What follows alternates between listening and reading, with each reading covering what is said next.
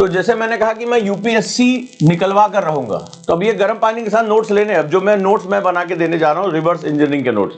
तो अभी मैंने क्वेश्चन की संख्या एकलव्य में 200 डेज 15,000 प्लस कर दी है, ठीक है। यानी अभी 50 क्वेश्चन डेली टारगेट आपको मिलेगा जो कन्वेंशनल क्वेश्चन थे, पीआईबी के क्वेश्चन जो है सब्जेक्ट के क्वेश्चन, लेकिन अब 50 क्वेश्चन प्लस आपको पीवाईक्यूज के साथ करने पड़ेंगे। इस बार का जो पैटर्न 25 का रहा है, बहुत एनालिसिस करने के बाद बता रहा हूं कि उसके अंदर जो छिपे हुए मैसेजेस हैं ना, अगर हमने उसको डिकोड कर लिया, आप 26 और 27 का एग्जाम यूं निकालोगे, ऐसे निकालोगे चुटकियों में प्रीलिम्स का। जो तरीके मैं बताने जा रहा हूं ये 2027, 2028, 2029 ये कभी नहीं बदलेगा। अगर आप बिल्कुल कह रहे हो कि हाँ श्योर शॉट मुझे निकालना है, तो तरीके बिल्कुल ही अलग होंगे, तरीके बिल्कुल अलग होंगे। ये क्वेश्चन एकलव्य का पार्ट है, जो हमारा एकलव्य, एकलव्य प्रीमियम प्लस जो मेंटरशिप में जिन बच्चों को मिला हुआ है, तो ये सारी चीजें अब लाइंड अप होती जाएंगी, क्योंकि उसमें आपको पता है कि क्लासेस भी होती हैं। बीच में क्लासेस मैंने रोक दी थी क्योंकि मैं खुद सेटिस्फाइड नहीं हो पा रहा था कि जिस तरीके से मुझे लेकर जाना है इस चीज को, तो मैं वहां पे दे रहा हूं, मैं कुछ ऐसा दूं सीधे बच्चा टारगेट करे। तो बार बार जब हम एनालिसिस कर रहे थे कि भाई ये इस बार का पैटर्न क्या खास बात है, ये 3 कथन के क्वेश्चन आए क्यों, क्योंकि यहां से यूपीएससी ने एक नया पैटर्न शुरू कर दिया है। अब अगर आप में से कुछ लोग जो है जो पीवाईक्यू पे एनालिसिस नहीं करते हैं, या वो जो बस अपनी मस्ती में पढ़ाई कर रहे हैं, वो ये समझ लें कि बहुत बड़ी प्रॉब्लम आ चुकी है, क्योंकि इस बार का पैटर्न बिल्कुल चेंज था।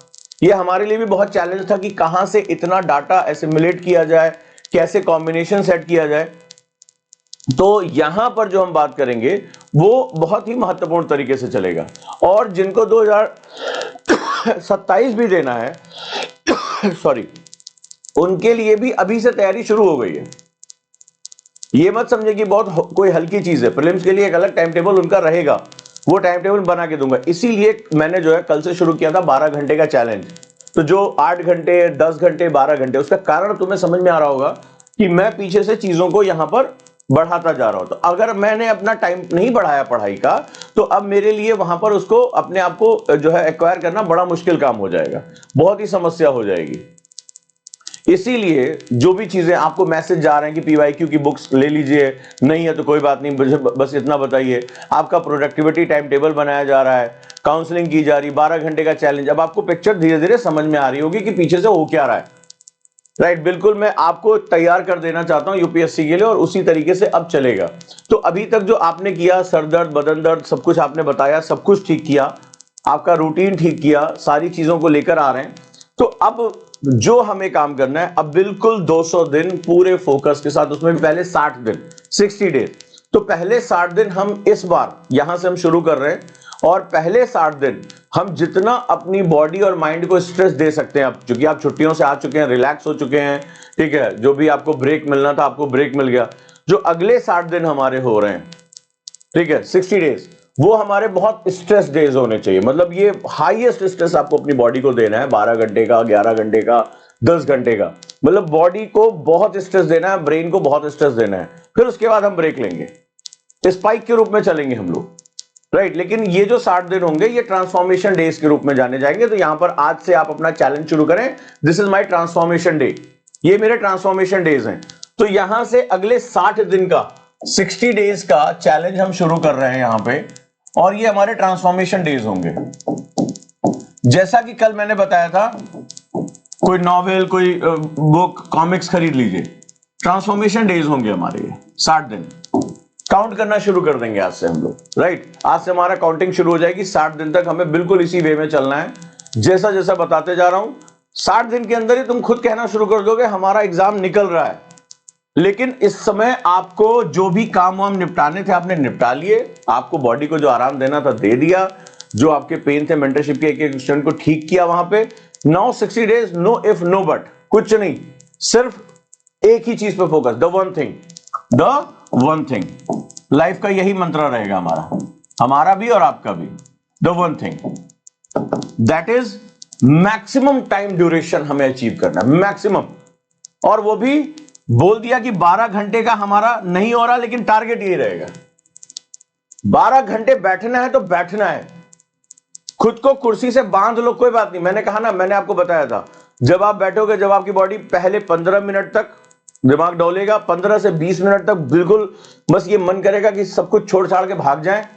कोई भी दिक्कत आ रही, मेंटरशिप का मेरा स्टूडेंट मुझे कॉल करे यार डायरेक्टली, सर नहीं हो पा रहा है, अगर मैं क्लास में नहीं तो मैं कॉल उठाऊंगा, मुझे व्हाट्सएप मैसेज करे। यहां तक की छूट दे दी है, जहां भी तुम्हें प्रॉब्लम आ रही है, मन भाग रहा है, मुझसे रोज कनेक्ट करो। मेंटरशिप के स्टूडेंट को ये पूरी छूट है, मुझे कनेक्ट करो, सर नहीं हो पा रहा है, मैं बताऊंगा, बैठना है तुम्हें। तो पहले 20 मिनट बहुत तकलीफ दे होने वाले और पहले 12-15 दिन बहुत तकलीफ दे होने वाले हैं, लेकिन ये जो चेंजेस होंगे उसके बाद सब कुछ बदल जाएगा। और जो मेथड मैं सिखा रहा हूं वो इसी मेथड में सिखा। कल कितने बच्चों का मैसेज आया मेरे पास ग्रुप में, जो मैंने इपीफैगी सिखाई, 24 घंटे की फास्टिंग।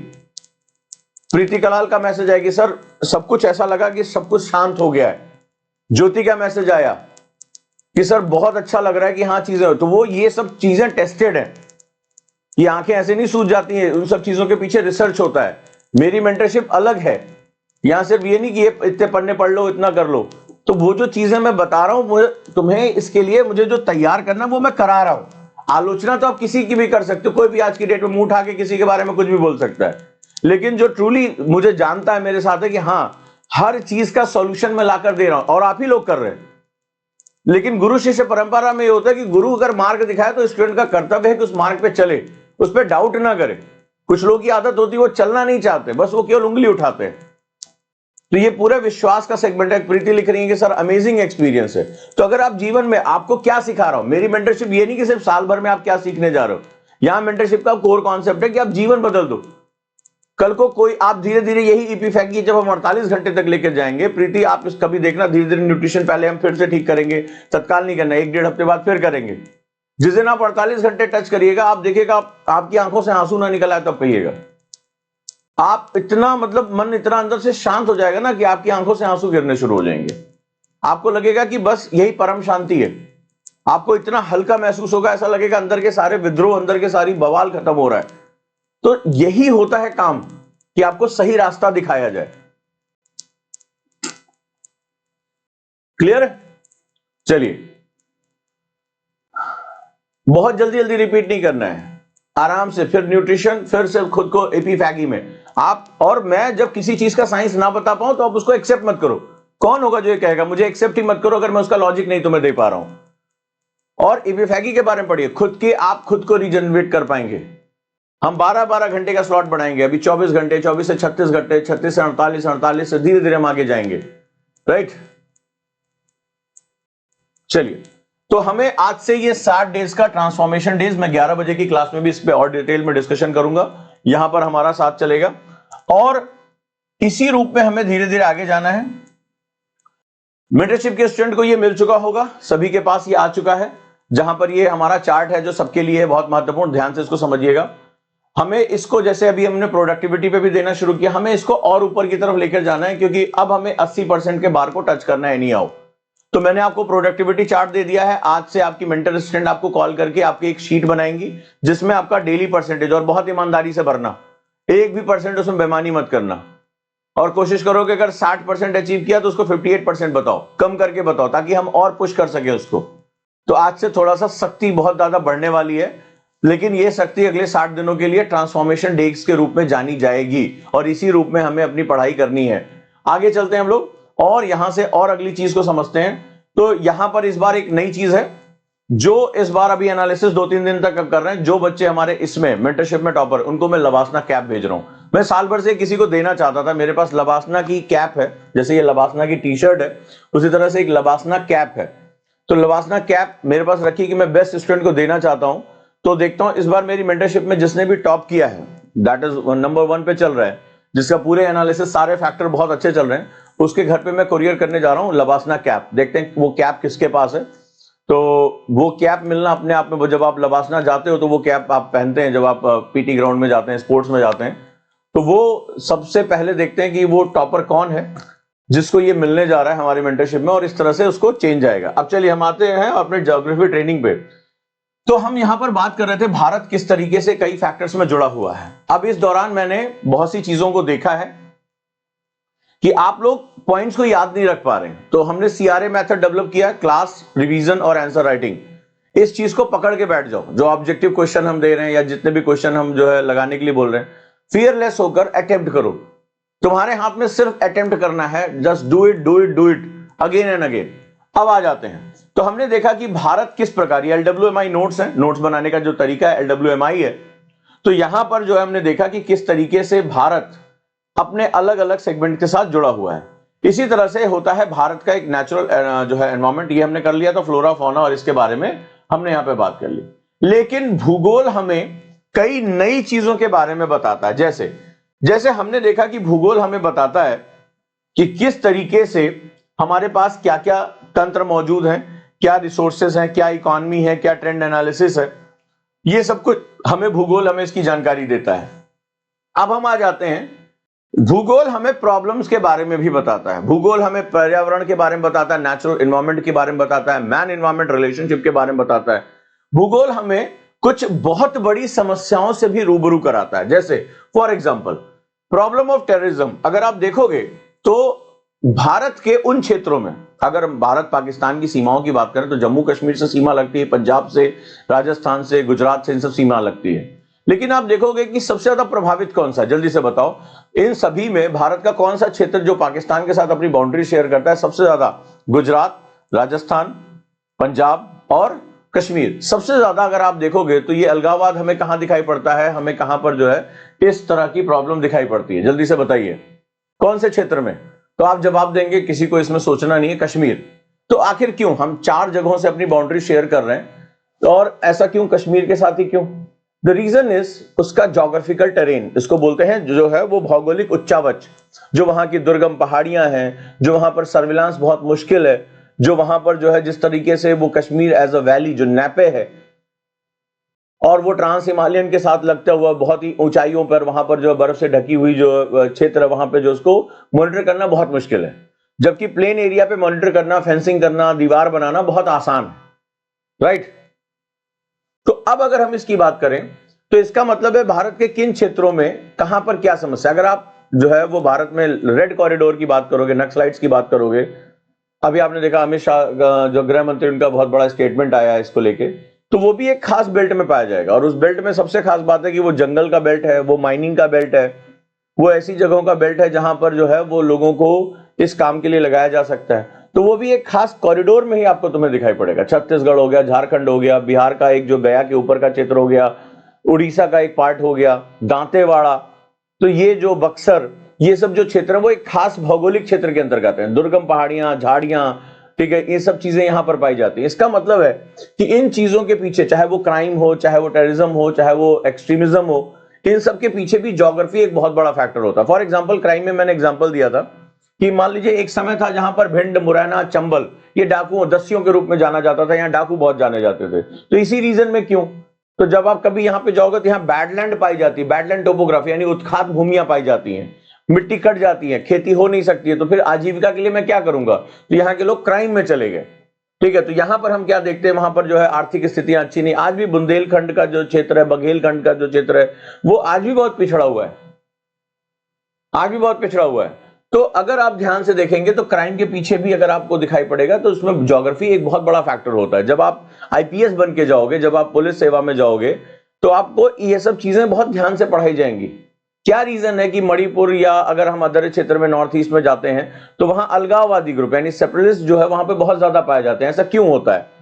इसके पीछे वहां की ज्योग्राफी एक बहुत बड़ा फैक्टर होता है। मेन लैंड से यानी दिल्ली से कनेक्टिविटी बहुत कम है, डायरेक्टली कनेक्टिविटी, बीच में बांग्लादेश बैठा हुआ है, country with in a country. हमारे पास केवल जाने के लिए चिकन नेक है, एक ही जो है पतला सा रास्ता है। तो अब हमारे लिए इसको कट ऑफ करके रखना बहुत आसान। तो इस पे चाइना की भी नजर है, बांग्लादेश की भी नजर है, दुनिया, अब अमेरिका की भी एक नजर हो चुकी है। और हमसे पॉलिटिकली बहुत बड़ी बड़ी गलतियां हुई हैं, हमने जो 1947 पर बहुत बड़ी गलतियां शुरू कर दी थी। तो उसी की वजह से हम जो यहां बात कर रहे हैं कि इसका भौगोलिक जो कारण है, भौगोलिक जो इसके सेगमेंट्स हैं, उसकी वजह से यहां पर बहुत सी ऐसी चीजें क्रिएट होती हैं। ज्योग्राफी की स्टडी किए बिना आप इन समस्याओं की स्टडी नहीं कर सकते, राइट?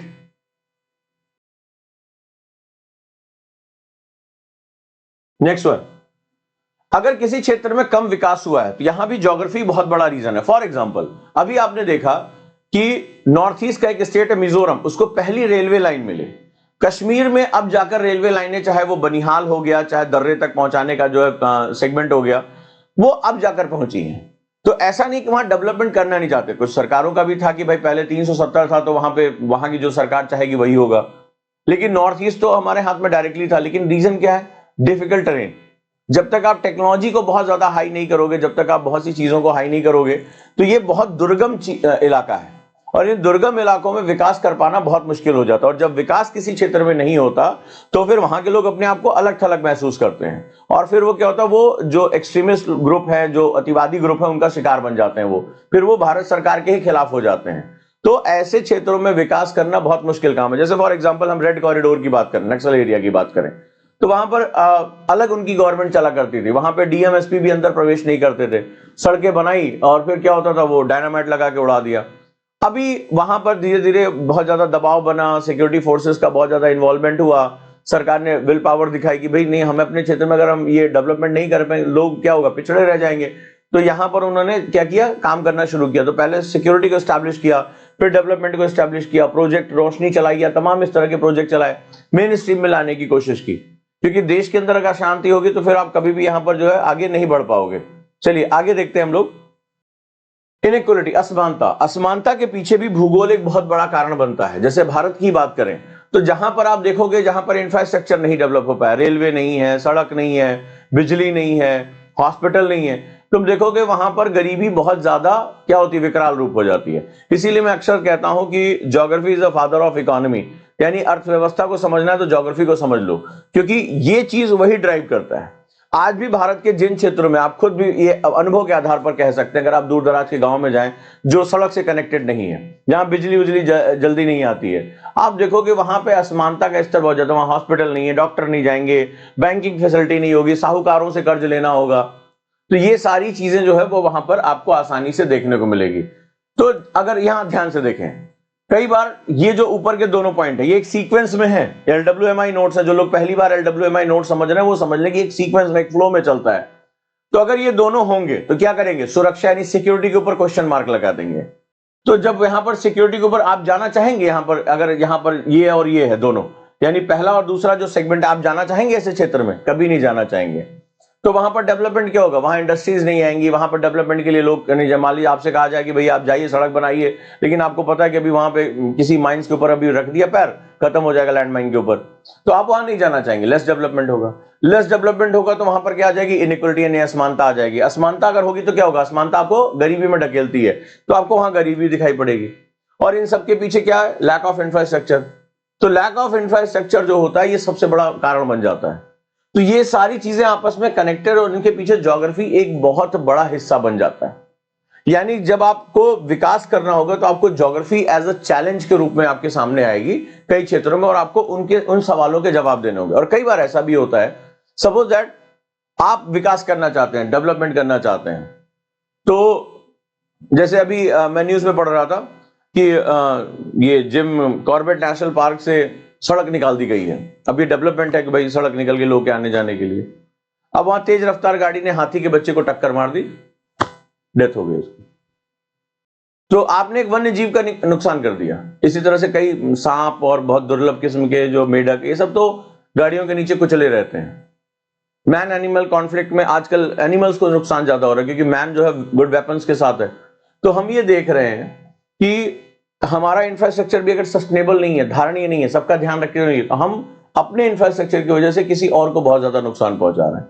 सो ये बहुत ही कॉम्प्लेक्स सा इशू हो जाता है, और यहाँ ज्योग्राफी बहुत बड़ा मैटर क्रिएट होता है, राइट, बहुत बड़ा मैटर। अब हाथी को क्या पता कि आपकी सड़क बीच से गुजर रही है, वो तो अपने झुंड में जा रहे हैं, जानवर बेचारे झुंड में जा रहे हैं, वो तो नेचुरल हैबिटेट में रह रहे थे। तो आपने सड़क ऐसी क्यों बनाई? आप जंगल के ऊपर से भी लेके जा सकते हैं। अभी आपने देखा नए जो डेवलपमेंट हो रहे हैं, वो जंगल के ऊपर से फ्लाईओवर बनाए जा रहे हैं, फ्लाईओवर बनाए जा रहे हैं, जिससे मतलब इंसान भी अपना चल सके और जानवरों को भी अपना आने जाने के लिए निर्बाध तरीका जो है वो तैयार किया जा सके। तो आपको जब डेवलपमेंट करना होगा as a DM, as a SP, आप जो करेंगे, तो ज्योग्राफी आपकी बहुत मदद करेगा।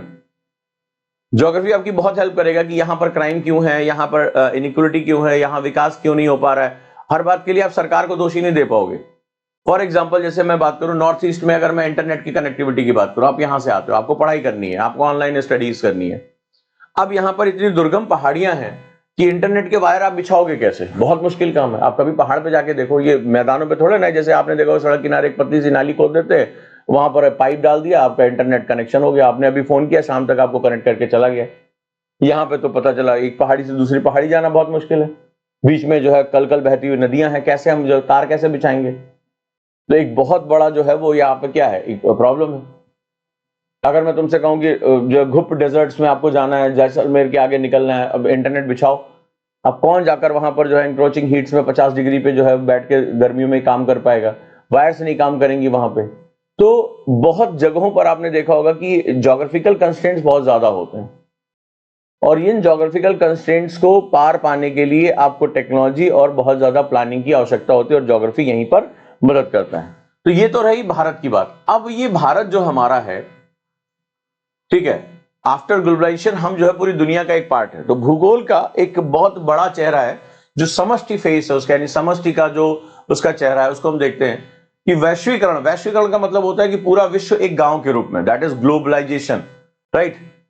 India is a part of world, संसार का एक बहुत महत्वपूर्ण भाग, मतलब पहले भी था, लेकिन यहां पर ग्लोबलाइजेशन का मतलब होता है कि इकोनॉमिकली, कल्चरली हम आपस में जो है वो क्या हो गया, जुड़ गए हैं बहुत अच्छी तरीके से। हम जो है वो एक दूसरे के ऊपर अनोन्य आश्रित हो चुके हैं, राइट। और आर्थिक और राजनीतिक तंत्र के रूप में आज हम जैसे इंडियन डायस्पोरा की बात करें, पूरी दुनिया में भारतीय फैले हुए हैं, काम कर रहे हैं, रेमिटेंस भारत भेज रहे हैं, विदेशों से कमाए हुआ पैसा भारत भेज रहे हैं। तो भूमंडलीकरण के बाद भारत जो है वो विश्व में आर्थिक और राजनीतिक रूप से उसका एक बहुत महत्वपूर्ण अंग हो चुका है।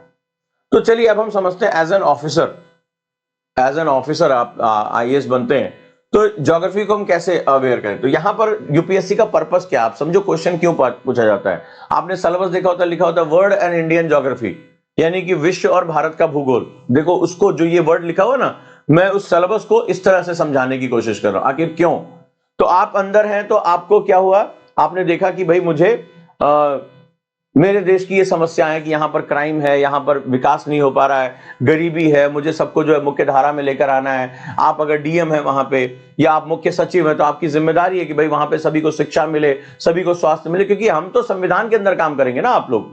आप संविधान की शपथ लेंगे, और वहां पे लिखा है we the people of India, हम भारत के लोग। वहां पर समानता की बात हो रही है, आर्थिक न्याय की बात हो रही है, बंधुत्व की बात हो रही है, तो इसके साथ साथ सोवेरिटी की बात हो रही है वहां पर। यही तो हमने जो है वो प्रीएम्बल में अपनी बात की, हमने जो है लोक कल्याणकारी राज्य बनने की जो है वो एक उद्घोषणा की है डीपीएसपी के अंतर्गत। तो हमने ये सब जो किया है, अब हमारे सामने ये चैलेंजेस भी हैं, हमारे पास ये रिसोर्स भी हैं, ये भी हमारी अपॉर्चुनिटी है, हम ये पूरी दुनिया में बेच सकते हैं। या हमारे पास कुछ संसाधन नहीं, जैसे आज की डेट में आप लोगों ने एक नाम सुना होगा, रेयर अर्थ मटेरियल। चाइना के पास 90% है। तो अगर आपको बैटरीज बनानी, इलेक्ट्रॉनिक सामान बनाना है, तो आपको किसकी आवश्यकता है, रेयर अर्थ मटेरियल की, और चाइना उसको अपने हाथ में जो मुट्ठी में करके बैठा हुआ है। तो आप चाह के भी सेमीकंडक्टर या आप जो है वो बैटरीज में बहुत ज्यादा जो है वो डिपेंडेंट नहीं है। परसों नरसों मेरी एक बड़े सीनियर इंजीनियर, उनसे बात हो रही थी, तो बोले कि बैटरीज के बिजनेस में अभी भी हम पूरी तरह से चाइना पे डिपेंडेंट है। चाइना जैसा भी करता है हम उसी के ऊपर डिपेंडेंट, हम केवल लाके असेंबल करके बेचते हैं। तो ये हमारी सच्चाई है। अब फॉर एग्जाम्पल ये हमारे चैलेंजेस हैं।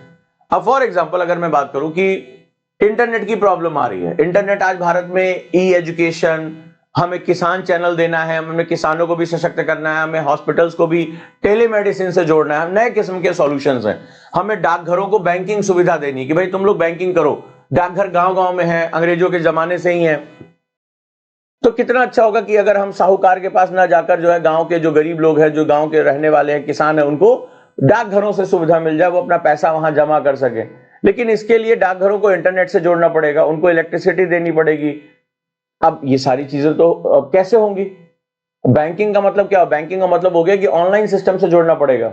इसको बोलते हैं core banking solution, CBS. Exam में क्वेश्चन 2011 का क्वेश्चन है ये, सीबीएस, कोर बैंकिंग सॉल्यूशंस। यानी कोर बैंकिंग का मतलब हुआ कि सारे बैंक्स आपस में कनेक्टेड है, इंटरनेट के थ्रू कनेक्टेड है। अब अगर हम यहां पर बात करें तो ये हमारे सामने एक बहुत बड़ा सेगमेंट आ चुका है।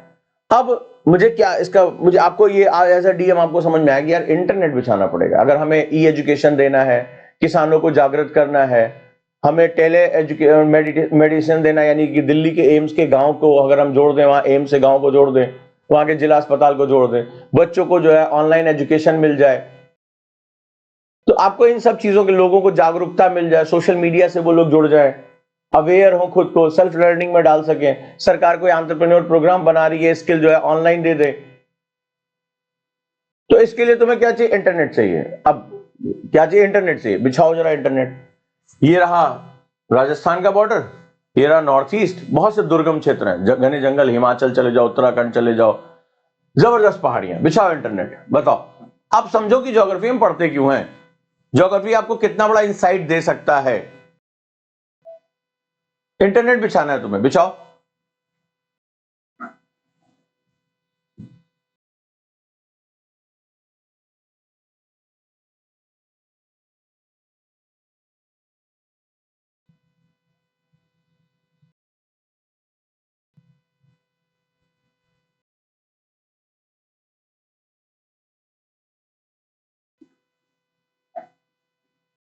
हाँ जी,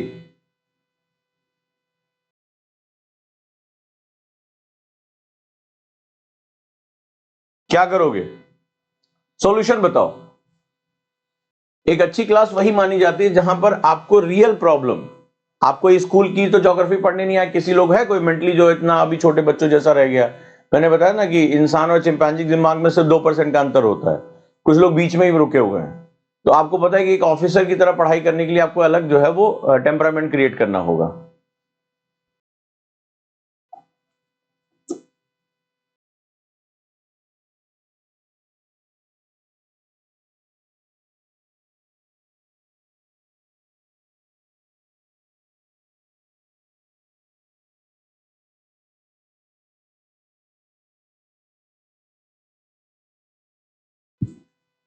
हम्म,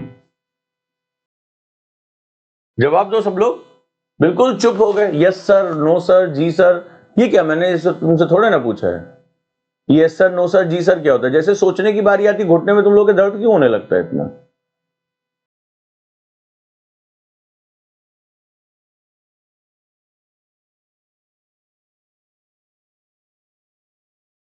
हाँ जी, बिल्कुल जवाब आने बंद हो गया अचानक से। अभी किसी चीज पे हाँ ना बोला, अभी इमोजी इमोजी भेजना हो तो देखो कैसे फटाफट भेजते हैं। This is your real challenge. तुम्हारा दिमाग जो है ना वो एकदम स्लगिश हो चुका है। वो इसको आर्ट साइज के स्टूडेंट की तरह जो पढ़ते हो ना तुम लोग, वो सबसे डिजास्टर है तुम्हारे लिए।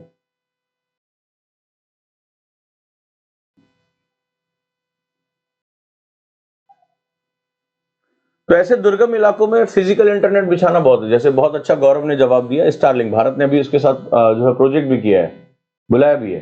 तो स्टारलिंक या हॉट एयर बैलून, अनुराग ने लिखा है, ये होना चाहिए सेगमेंट्स। ठीक है, कि हमें इंटरनेट, हमारी प्रॉब्लम क्या है कि हमें इतने दुर्गम क्षेत्रों में इंटरनेट बिछाना बहुत मुश्किल काम है। तो हम इसको अपर लेवल पे लेके चलेंगे, हम इसको एयर से लेकर आएंगे। जैसे स्टारलिंक प्रोजेक्ट हो गया या हॉट एयर बैलून के बेस पे हो गया, गूगल ने भी इस तरह से शुरू किया था प्रोजेक्ट। तो हमें कोई ना कोई ऐसा सॉल्यूशन देखना पड़ेगा कि जो फिजिकल कंस्ट्रेंट से निकलकर बाहर जा सके। Very good. और मैंने सिलेक्शन वाली क्लास में इसके बारे में एक बार डिस्कशन भी किया था। हाँ जी सर जरूर लिखना है, जी सर, यस सर, हाँ यही करना तुम खाली आगे कंफर्म कर लेना कि।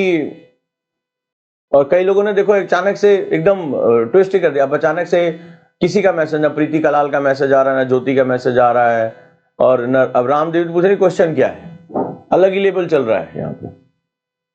तो आपको ध्यान देना पड़ेगा कि यहां पर हमें ऐसे प्रोडक्ट जहां पर हमें फिजिकल वायरिंग ना करनी पड़े, तब हम जाकर इन कंस्ट्रेंट से निकल पाएंगे। क्योंकि भारत में जो भौतिक संरचनाओं की चुनौतियां हैं, चैलेंजेस ऑफ फिजिकल इंफ्रास्ट्रक्चर, उसने हमें बहुत स्लगिश किया है। भारत एक बहुत विहंगम देश है, ज्योग्राफिकली हमारे पास समस्त प्रकार के भौगोलिक क्षेत्र, इसीलिए हमें इंडियन सब कॉन्टिनेंट कहा जाता है, यानी कि हम जो है उपमहाद्वीप के रूप में हैं। तो अब आप मान लो आपको प्रॉब्लम पता चल गई कि हम एक विदेशी कंपनी के साथ या हम किसी के साथ मिलकर, एक नई टेक्नोलॉजी के साथ मिलकर हम काम कर सकते हैं। तो एज आप पार्ट है, आप जो है, आप मान लीजिए बहुत सीनियर आईएएस ऑफिसर हो गए या कुछ भी हो गया, आप सरकार के साथ डायरेक्टली काम करने लगे। सो must aware about the world system, आपको विश्व तंत्र के बारे में पता होना चाहिए कि हमें करना क्या है। तो वैश्विक तंत्र में अगर हम बात करेंगे तो भारत को किस रूप में हमें आगे लेके जाना है, अब जरा देखते हैं। तो अब हमारे लिए भारत, हम इससे क्या कर सकते हैं, तो चलिए देख लेते हैं। ज्योग्राफी हमें क्या क्या बताता है, लिखो वर्ल्ड मैप पे। पहला ट्रेड रूट्स, यानी कि व्यापारिक मार्गों के बारे में हमें पता चलता है। अब व्यापारिक मार्ग, एयरवेज, वायु पट्टियां, आपने देखा किन देशों से हमें, आपको पता है किसी भी देश के वायु स्पेस में घुसने के लिए उस देश की अनुमति लेनी पड़ती है, ठीक है। तो आपको पता होगा भारत का जहाज पाकिस्तान के ऊपर से नहीं जा सकता, ठीक है। हम दोनों लोगों ने एयर स्पेसेस एक दूसरे के लिए बंद कर रखे हैं। तो ये भी क्या होता है, ये भी बहुत महत्वपूर्ण होता है। यूक्रेन रशिया के बीच में ऐसा है, ठीक है। तो ट्रेड रूट्स हो गए। तो एयरवेज, तो जैसे जैसे हमारी दुनिया में धाक बढ़ती है, हमारे कोलैबोरेशंस बढ़ते हैं, उसी तरह हमारे लिए एयर स्पेस भी खुल जाता है, हमारे लिए नए नए जो रास्ते खुल जाते हैं। जैसे सी रूट, समुद्री मार्ग, तमाम तरह के दर्रे। अभी आपने देखा जब हमने चाइना के साथ अपनी बातचीत को आगे बढ़ाया तो हमने पुराने जो है वो दर्रों को ओपन करना शुरू किया, जो एक जो है असंतोष या एक तरह से शक की वजह से हम एक दूसरे के साथ नहीं जा रहे थे, ठीक है। तो हम ट्रेड रूट्स को खोजते हैं, क्योंकि व्यापार, जो विदेश हमारा सेगमेंट है, व्यापार एक बहुत बड़ा इंपॉर्टेंट हिस्सा है कि हम अपने देश में जो बनाएं, जो संसाधन क्रिएट करें, वो पूरी दुनिया में बेच सकें। फिर फॉरेन पॉलिसी, जैसे आपको पता होगा कि अभी सबसे अच्छा एग्जांपल है हमारे फॉरेन मिनिस्टर एस जयशंकर साहब। ये क्या है, यही यूपीएससी का एग्जाम क्रैक करके वो गए, इंडियन फॉरेन सर्विसेज ज्वाइन की, और आज भारत के विदेश मंत्री। और ऐसा विदेश मंत्री जो यूनाइटेड नेशन में खड़ा होकर, अभी आपने देखा कि लोग कहते थे दुबला पतला आदमी है, जब एक व्यक्ति खड़ा होकर बोलना चाह रहा था, चीख के बोला था, you are not king, you are just a UN diplomat, sit down. अरे भाई साहब, पूरी दुनिया में जो जयशंकर का रुतबा है ना, वो अलग ही लेवल पे। मतलब बंदा बेबाकी से बात करना है कि तुम हो गए यूरोप, तुम हो गए अमेरिका, तुम हो गए कुछ यूनाइटेड नेशंस, हम हैं, हम भारत को विश्वास करते हैं। इसलिए उनकी 2 किताबें, पहली द इंडिया वे थी, पहले का नाम था इंडिया वे, और दूसरा वाई भारत मैटर आया। ये दोनों जो है वो लेक्चर्स मेरे ऑनलाइन पढ़े, अगर कभी भी आपको मौका मिले तो ये मेरी दोनों क्लासेस कर लेना, द इंडिया वे और द वाई भारत मैटर। तुम्हारी सोच फॉरेन पॉलिसी को लेकर, भारत को लेकर एकदम बदल जाएगी। अगर आपको ये दोनों क्लासेस ऐप पे पड़ी हुई हैं, कभी भी टाइम मिले ये दोनों क्लास जरूर देखना। तो why Bharat matter one of the finest book मानी जाती है फॉरेन पॉलिसी को लेकर, बहुत ही जबरदस्त किताब है। और जब भी मौका मिले, मैंने इस पे पूरा लेक्चर पढ़ाया हुआ है, तो आप इसको देख सकते हैं। तो आप ये देखिए उस व्यक्ति का टेम्परामेंट क्या है, किस तरीके से ये टीम काम कर रही है कि पूरी दुनिया पकड़ ही नहीं पा रही है कि प्रधानमंत्री कहां जा रहे हैं। प्रधानमंत्री विदेश मंत्री हैं, विदेश मंत्री प्रधानमंत्री के रूप में है, नेशनल सिक्योरिटी एडवाइजर कहीं और है। दुनिया नजर रखे तो किस पे रखे। रक्षा मंत्री को भी इन्होंने ट्रेन कर दिया है। ये टीम बहुत जबरदस्त तरीके से काम कर रही है। तो लोगों को एकदम नचा के रखा हुआ है कि पकड़े तो किसको पकड़े। एक पे नजर रखते हैं, दूसरा उधर कांड कर लेता है, दूसरे पे नजर रखते हैं, तीसरा कांड कर लेता है। ये सब घूमते रहते हैं धड़ाधड़ धड़ाधड़ धड़ाधड़। तो हम नजर किस पे रखें, टीमें डाले कहां, किस पे हम डालें। और अंदर के लिए 2-4 आदमी और सेट कर रखे, वो फायर ब्रांड अपना नेता की तरफ बयान पे बयान दिए जा रहे हैं, अंदर मेंटेन किए हुए। तो इसको टीम वर्क कहते हैं। तो टीम बहुत शानदार जो तरीके से काम कर रही है। फॉरेन पॉलिसी में बात करें तो डिप्लोमेटिक पॉलिसी, आपको पता है डिप्लोमेटिक, आपके हाथ में रहेगा डिप्लोमेटिक पॉलिसी, कूटनीति। विदेश नीति और प्रधानमंत्री रहेगा, कूटनीति बातचीत के माध्यम से, ट्रैक टू डिप्लोमेसी के माध्यम से, बैकडोर डिप्लोमेसी के माध्यम से, आर्थिक रूप से जुड़ने के माध्यम से, सांस्कृतिक रूप से जुड़ने के माध्यम से। तो हमें बहुत कुछ ऐसा करना होता है जिसमें हमारे राष्ट्रहित होते हैं। रिसोर्स, अब रिसोर्स हमारे पास सरप्लस है तो हम बेचेंगे, तो हमें मार्केट से कम है तो हम मंगाएंगे ताकि हमारी इंडस्ट्री भी डेवलप हो सके। तो चाहे वो नेचुरल हो चाहे स्ट्रेटजिक हो, 2 तरह के रिसोर्स वर्ल्ड में हमारे काम आते हैं, एक प्राकृतिक संसाधन, एक स्ट्रेटजिक। स्ट्रेटजिक मतलब जिससे देशों का भविष्य भी दांव पे लग जाता है, उसको स्ट्रेटजिक। जैसे यूरेनियम एक स्ट्रेटजिक रिसोर्स है, नहीं मिलेगा हर जगह, उसके लिए आपको तामझाम सारे बनाए गए। ऐसे रेयर अर्थ मटेरियल आज की डेट में हो गया। तो बहुत से ऐसे रिसोर्स होते हैं जिनको स्ट्रेटजिक रिसोर्स कहा जाता है, जो आपकी पूरी इकोनॉमी को लेकर चल सकते हैं। तो इसके लिए हमें बहुत स्ट्रेटजिक, हमें क्या रिलेशनशिप भी बिल्डअप करने होते हैं। इसी तरह से पूरी दुनिया में भारतीय इंडियन डायस्पोरा कहां है, तो उसकी रक्षा करने का कर्तव्य, उसके साथ जुड़ाव का कर्तव्य, उसको अपनी संस्कृति से जोड़ने का कर्तव्य, ये सारा कुछ हम लगातार क्या करते हैं, इसके साथ हम लोग जोड़ते रहते हैं। यानी भारतीय मूल के लोग कहां कहां हैं, ये भारत की सांस्कृतिक विरासत, ये भारत की आर्थिक विरासत, अब तो ये राजनीतिक भी बहुत बड़ा ये सेगमेंट है, मेंटेन करके चलना पड़ता है। इसी तरह से समुद्री संसाधन, आज की आप देख रहे होगे साउथ चाइना सी का बवाल, तो आज के डेट में समुद्री, आगे जो वॉर भी होंगे वो सी रिसोर्सेस के लिए होंगे। तो समुद्री संसाधन, समुद्र के अंदर तेल है, मैग्नीज नोड्यूल्स हैं, और पहले तो मछलियां, खान पान, खाद्य सुरक्षा, बहुत कुछ है समुद्रों के अंदर। तो ये इसके लिए भी बहुत ज्यादा बवाल यहां पर है।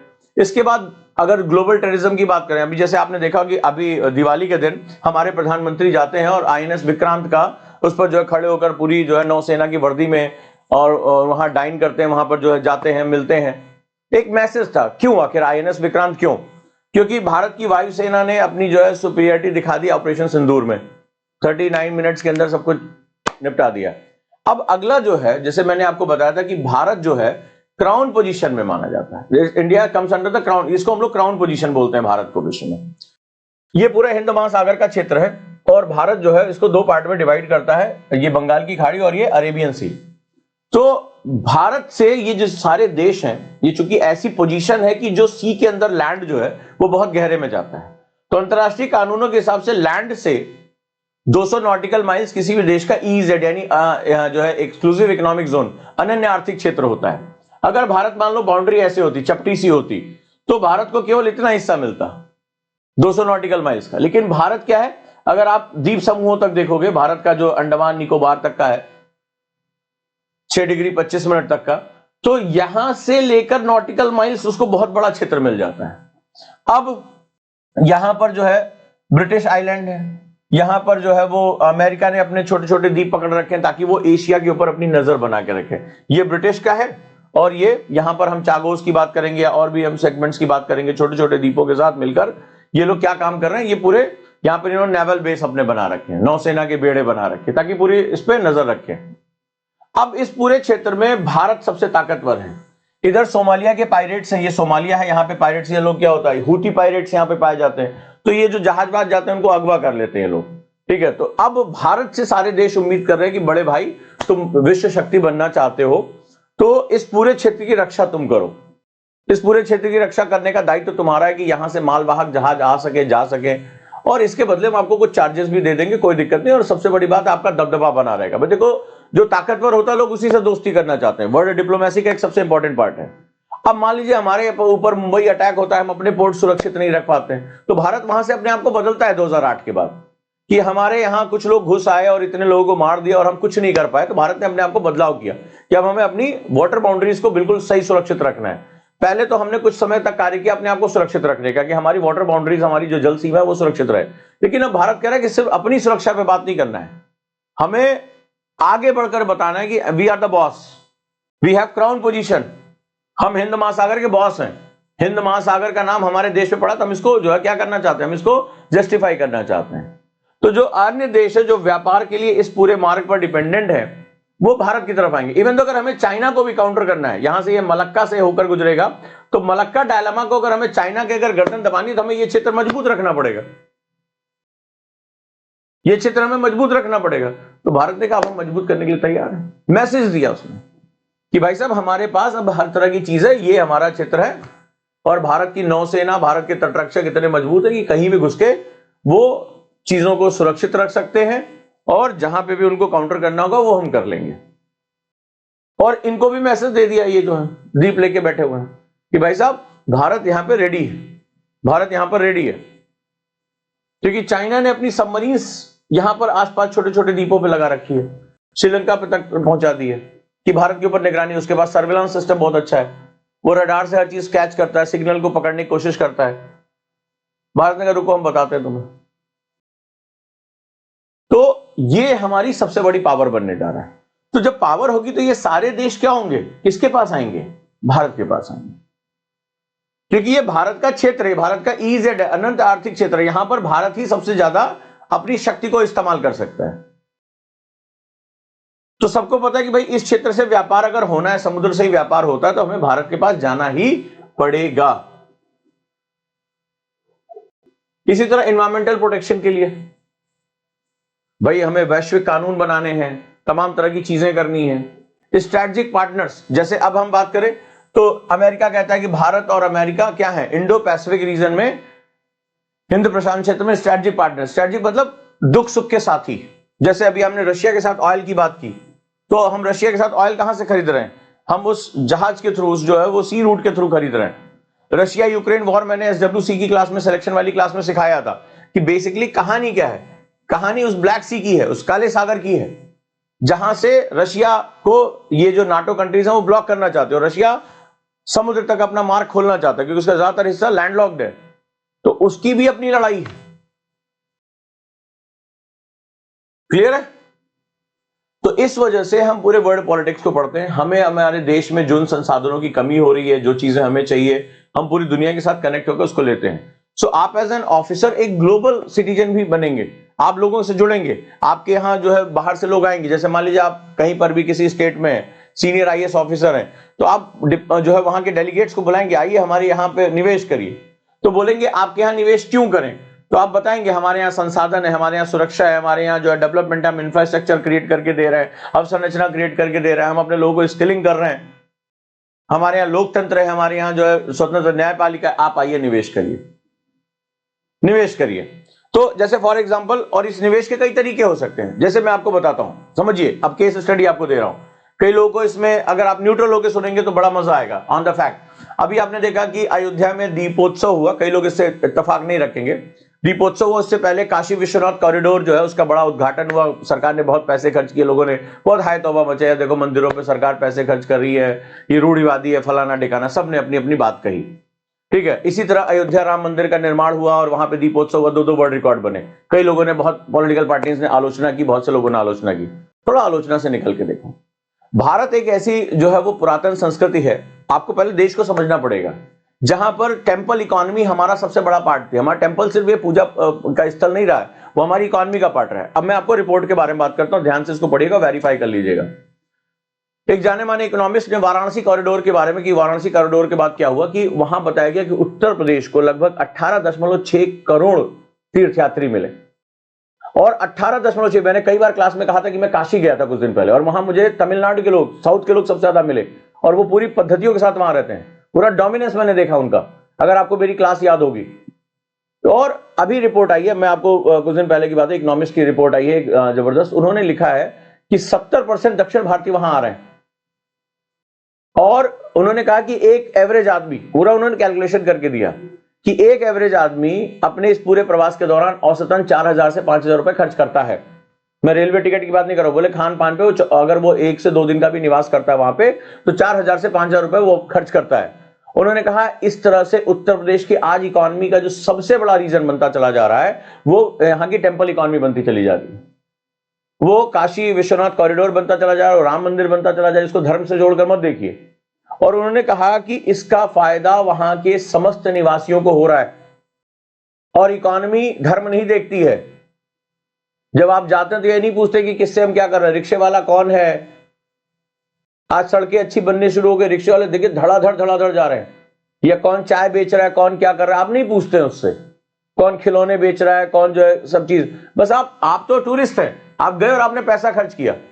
तो उन्होंने बताया कि आज उत्तर प्रदेश का जो सबसे बड़ी इकोनॉमी डेवलप हो रही है, और पूरी दुनिया के लोग आ रहे हैं, पूरी दुनिया के इंडियन डायस्पोरा जो आपने यहां पर जोड़ा, वो आ रहा है भारत की उस भव्य चीज के बारे में। सरकार ने उसको प्रेजेंट भी ऐसा किया, अब गिनीज बुक ऑफ रिकॉर्ड बन गया। आपको जो आपने फोटोज देखी, बड़े अच्छे ड्रोन के जो सेगमेंट देखे, अब किसी का भी मन ललचाएगा हम भी चलेंगे यार।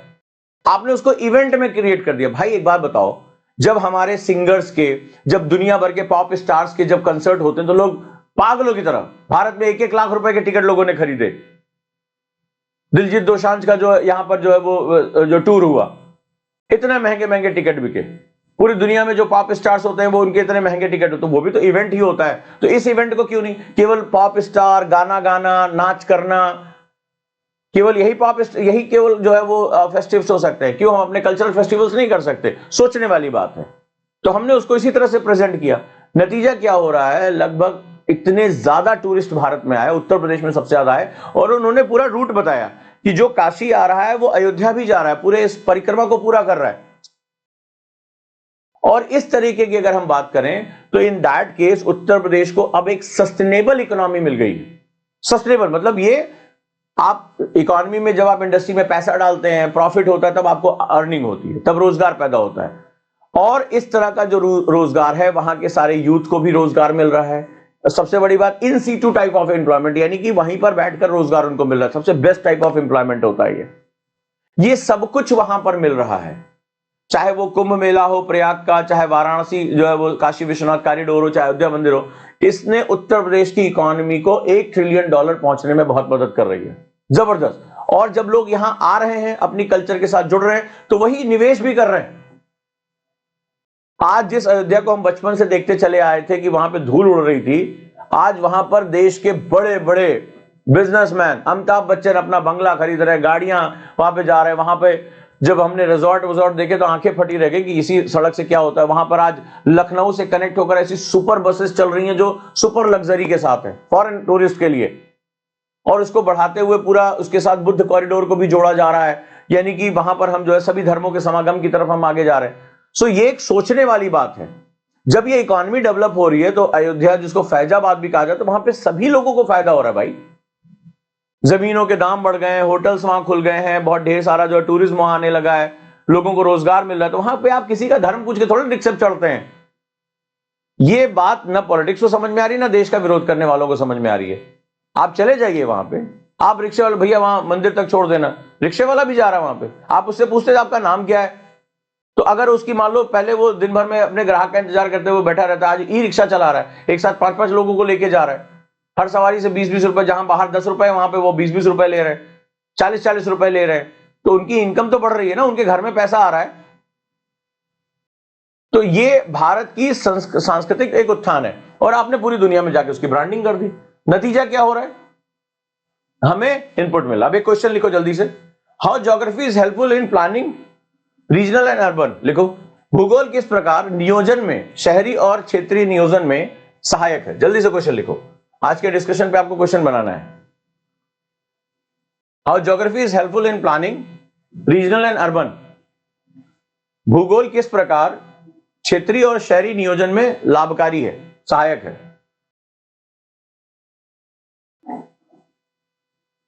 क्षेत्रीय नियोजन में सहायक है। क्लियर है? आज का हमारा क्वेश्चन रहा।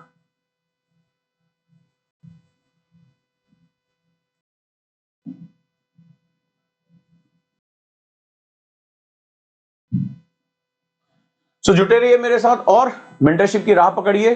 अभी 11 बजे फिर मेरी क्लास है, तैयार कर रहा हूं आपको 12 घंटे के चैलेंज के लिए। अगले 60 दिन हमारे बहुत चैलेंज से गुजरने वाले हैं। मेंटरशिप में बहुत सी चीजें मिलने जा रही हैं। साथ ही साथ हमारे विवेक सर जो है वो आ रहे हैं 28 तारीख को।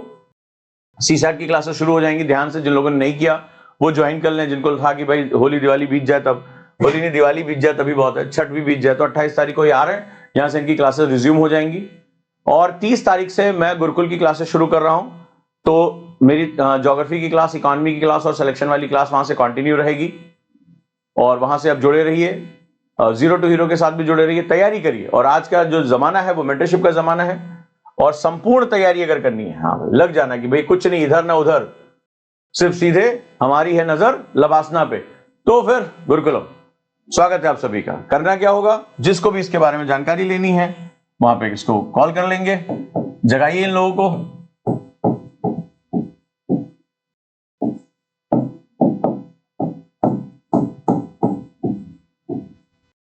जुड़िए, समझिए, जानिए, राइट, और चैलेंजेस को पूरा करिए।